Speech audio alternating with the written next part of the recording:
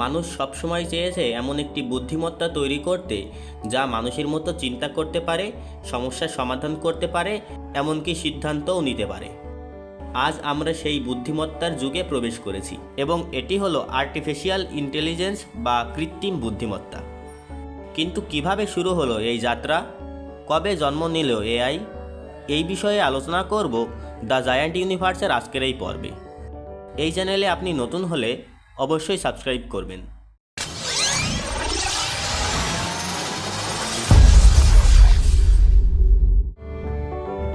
Artificial intelligence বা AI বর্তমানে video তৈরি থেকে গবেষণার বিভিন্ন কাজ, প্রত্যেকটি সেক্টরেই গুরুত্বপূর্ণ ভূমিকা পালন করে।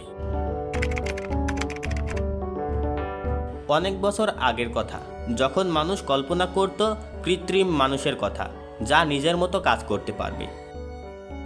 গ্রিক মিথে টলস নামে একটি ব্রোঞ্জের রোবটের উল্লেখ আছে, যা দ্বীপের চারপাশে পাহারা দিত। Talos was able to observe all of the ships approaching Crete. মধ্যযুগে তৈরি হয় পানি বা বাতাসে চলা অটোমেটন, যা ছিল প্রথম বাস্তব রোবটের প্রাথমিক রূপ। সেই সময় থেকেই মানুষের কল্পনা এবং প্রযুক্তি মিশ্রিত হতে শুরু করে, আর এআই এর ভিত্তি মূলত সেই কল্পনায় জন্ম নেয়। আধুনিক গণিত এবং যুক্তির ভিত্তি স্থাপন করেন অ্যালান টুরিং। তিনি টুরিং মেশিন ধারণার মাধ্যমে দেখান যে কোনো গণনা নিয়ম অনুযায়ী করা সম্ভব। তার এই কাজ ভবিষ্যতে এআইকে দেয় কাঠামো, যুক্তি এবং চিন্তার অ্যালগরিদম।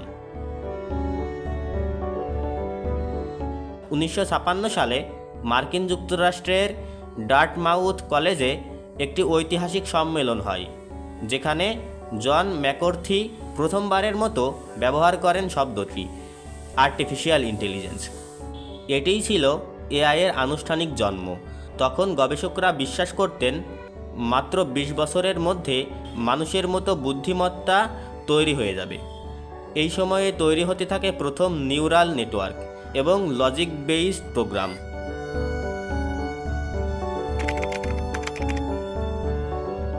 1960 এবং 70-এর দশকে এআই নিয়ে শুরু হয় প্রথম বড় উত্তেজনা। তৈরি হয় বিশ্বের প্রথম চ্যাটবট এলিজা, যার নাম হয়তো আপনারা শুনেছেন। এটি মানুষের মতো কথা বলতে পারত। সেই সময় তৈরি হয় প্রথম রোবট এবং গেম খেলা এআই সিস্টেম। বিজ্ঞানীরা বিশ্বাস করতে শুরু করেন এআই ভবিষ্যতের সমাজকে পুরোপুরি বদলে দেবে। কিন্তু খুব দ্রুতই দেখা যায় মেশিনের বুদ্ধিমত্তা অত সহজ নয়। কম্পিউটার ধীর, ডেটা কম এবং অ্যালগরিদম দুর্বল। গবেষণা থেমে যায় এবং বিনিয়োগও কমে যায়। এই সময়কে বলা হয় এআই উইন্টার, অর্থাৎ এআই গবেষণার অন্ধকার যুগ। 1997 সালে আইবিএম ডিপ ব্লু বিশ্ব চ্যাম্পিয়ন দাবারু গ্যারি কাসপারভকে হারিয়ে দেয়, যা ছিল এআই ইতিহাসে একটি গুরুত্বপূর্ণ মুহূর্ত।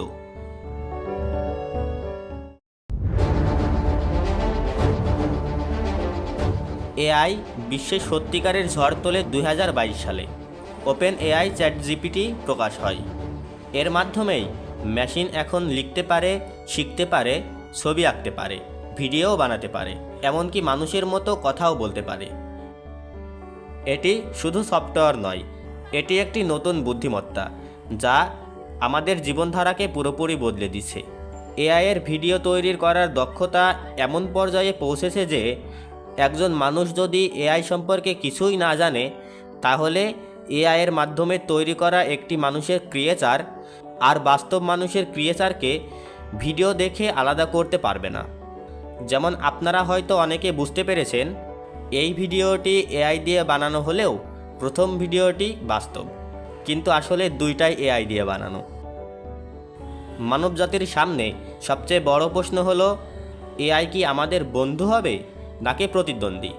উত্তরের জন্য আমাদের অপেক্ষা করতে হবে। তবে নিশ্চিতভাবে বলা যায়, এআই ইতিহাসের সবচেয়ে বড় প্রযুক্তিগত বিপ্লব।